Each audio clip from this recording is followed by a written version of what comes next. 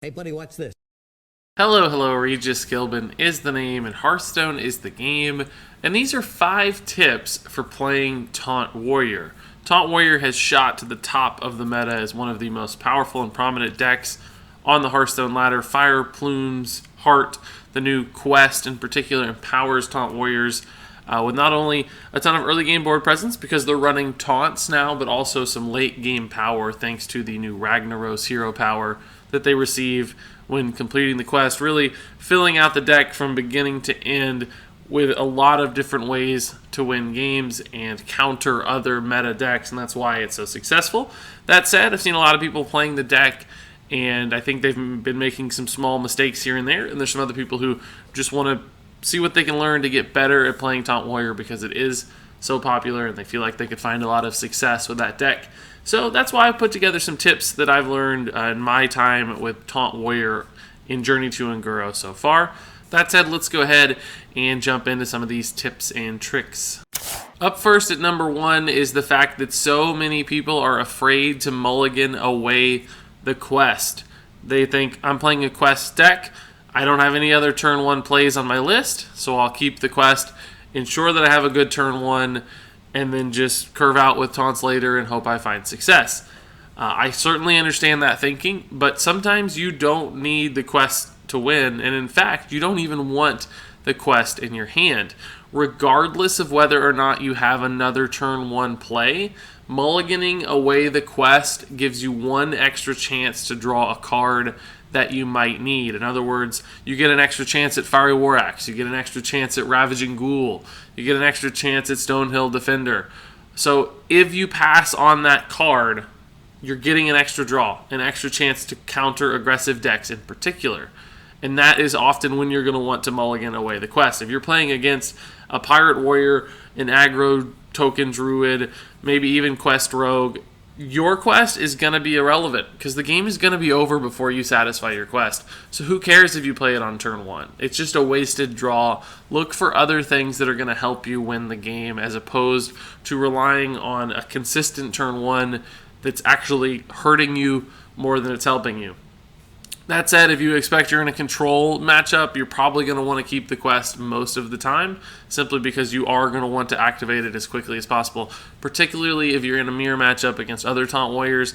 So that's one dilemma, is that Pirate Warrior and Taunt Warrior are both pretty popular on the ladder. It's very hard to tell which one you're going to face. So in those instances, it's kind of a toss-up whether you should mulligan away the quest or not. You're just going to have to use your best judgment, and depending on what other cards you have in your mulligan, if you already have a Whirlwind, a Fiery War Axe, and a Ravaging Ghoul, perhaps it's safe to keep the quest just in case you're facing a Taunt Warrior, but otherwise it might be safer to dig for some resources just in case it's Pirate.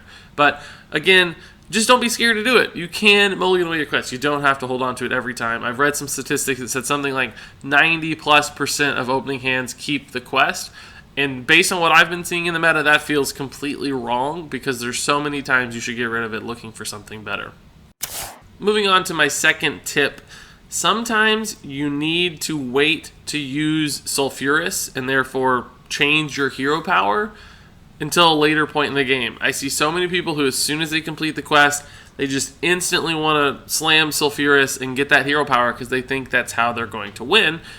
Often that's the case. The hero power is insanely good, but sometimes if you're barely scraping by against an aggressive deck and they are probably within a few points of lethal damage and you don't really know if you're going to live or die, you absolutely should not play Sulfurus. Sometimes the armor is going to be significant, more so than the new hero power, and that 2 extra health might keep you in the game for another turn or 2, allowing you to dig out a win, so you don't have to necessarily play it right away. That's another trap people fall into. I'm in a quest deck, I should satisfy my quest and get Sulfurus and go to town. But remember that the Warrior Hero Power is still a very significant defensive asset. Just wait it out for a few turns, develop more and more taunts, build that wall, get your armor rolling so that you're safe from damage in hand, you're safe from those lava bursts, the kill commands, etc. That's the point when you can rely on the Ragnaros Hero Power to carry you to victory. But just don't do it too soon. Moving on to my third tip, and that is the fact that Dirty Rat, which is a very common, in fact, probably an auto-include in all Taunt Warrior lists that I've seen, is not necessarily a bad play on turn 2. I think we've been trained in previous metas that Dirty Rat on 2 can be very risky. It's the kind of card you typically want to save until later in the game to bust up a combo. Used to, you'd want to pull out the Leroy Jenkins or the Faceless Manipulator from a Reno lock, for instance. But now, in this particular meta, you're usually quite safe to play Dirty Rat on 2, even in the mirror matchup. For instance, the worst case scenario really against another Taunt Warrior is that perhaps you pull their Primordial Drake, and that's a giant 8-mana 4/8 minion, which seems like, oh my gosh, pulling a 4/8 out for them on turn 2 is just going to lose me the game. It really won't, because Dirty Rat itself is a 2/6. It's not that much worse than Primordial Drake, and you'll have ways to deal with that Primordial Drake. And in fact, you'll be denying them from a valuable battle cry later in the game. And if you do hit something like a Stonehill Defender with your Dirty Rat, that's a huge victory, because you're stealing a taunt from them altogether.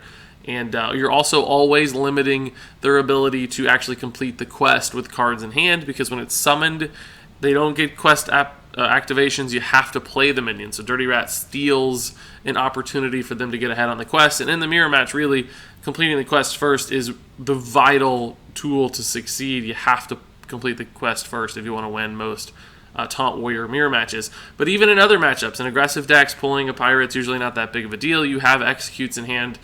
If you have Executes in hand, you're even better off to pull whatever you want on turn 2, usually, because you can find a way to kill it in the next turn or two.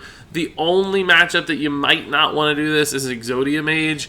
They're typically going to be waiting and waiting and waiting and drawing those Sorcerer's Apprentices and drawing that Antonidas. And if you pull an Antonidas on 2 without an answer, you might just lose the game from a value standpoint. But beyond that, it actually just increases the likelihood that you're going to break their combo the longer you wait, because they're more likely to have drawn into their combo and held on to those minions that they're saving up. So Dirty Rat against Exodia Mage or Quest Mage in particular is probably better off in the late game. But otherwise, you can usually fire the thing off on 2. I mean, you got to be careful with stuff like Aggro Druid if they have the Bitter Tide Hydra, so you might want to save and execute for that kind of thing. But, you know, a majority of the time, just don't be that scared. Just be smart about it, but also be very willing to do it, because getting that turn 2 taunt not only usually makes a really big impact on the board, but really gets you rolling on completing your quest as well.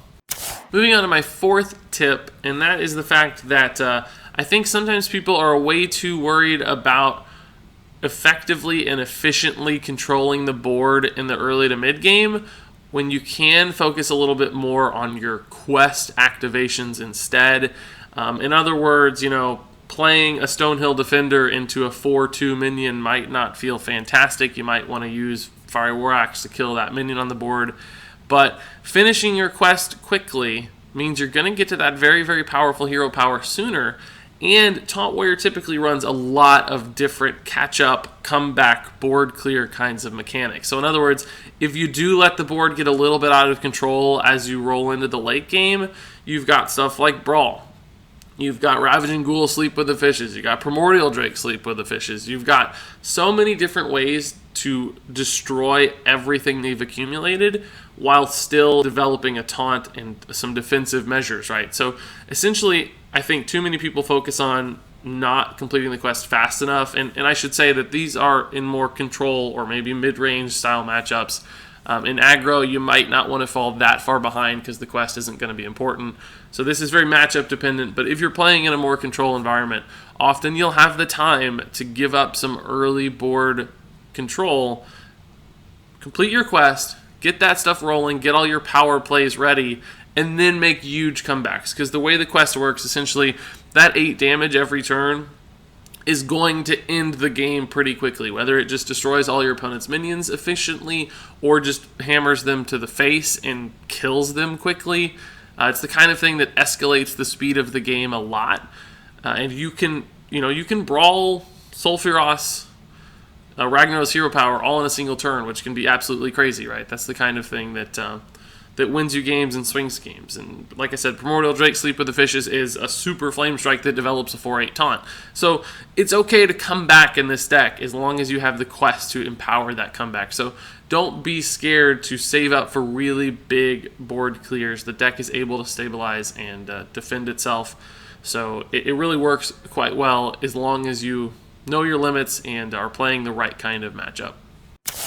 And then finally on to my 5th tip. This one's actually pretty similar to the previous one, But this is the fact that your board clears actually get better after you have activated your quest. In other words, the Ragnaros hero power is worse the more minions are on your opponent's side of the board. You might be playing Shaman that has 3 or 4 hero power totems out, and your Ragnaros hero power is hitting a 0-2 healing totem every turn. That can be really, really frustrating. So saving some of your board clears, very similar to the previous point, but saving some of those board clears until the late game to ensure that you can reduce your opponent's board to maybe 1 or 2 minions per turn and keep up with that really allows your hero power to get more value. Not to mention that if you are able to reduce the number of minions they play, you're also going to be hitting their face occasionally as well, which might just give you opportunities to end the game with lethal damage. So brawls are better once you've got Sulfurus, right? Because 1 minion is going to escape, and there's a 50-50 chance you're going to destroy that minion with your new hero power. Primordial Drake, board wipe is better because you're killing all those little totems, and then you can hit the 1 Blaze Caller that they've got left, right? So you can imagine how saving up your board clears until a little bit later in the game, once you've activated the quest, gives them much more value than you otherwise would get. And frankly, all of the sort of low attack, high health taunt minions that the deck is running anyway already trade better into those little small health kind of boards. So if you can rely on taunts early and board clears late, that's just going to line up so much better against a wider variety of decks than if you try to run all your board clears early and then play your taunts late. That just feels a little bit worse and a little bit wonkier in this particular meta. So that can really affect your mulligan decisions to some extent. Maybe you mulligan away Ravaging Ghoul looking for a 3-mana taunt, right? But ultimately, it's going to come down to the kind of the cards you have in hand and the cards available to you, so you can't always control this to some extent, but occasionally there will be those decisions. Should I taunt now or should I brawl now? And probably the answer a lot of the time is you're going to have to taunt first and brawl later, especially if the taunt is getting you closer to completing your quest in the very near future. Those are my 5 tips for playing Taunt Warrior. I mean, obviously there's a lot more that goes into playing a deck successfully, learning your matchups, learning your mulligans, but these are 5 things that I specifically noticed. I've seen some people doing wrong and I thought might be insightful for people trying to learn the deck as well. So hopefully you did enjoy these tips and they'll take you a little bit further on your journey through Unguro with Taunt Warrior. All that said, if you have any thoughts, comments, questions about this deck or the tips as I presented them, be happy to read everything you have to say in the comments below. But until then, thank you so much for watching, and until next time, game on.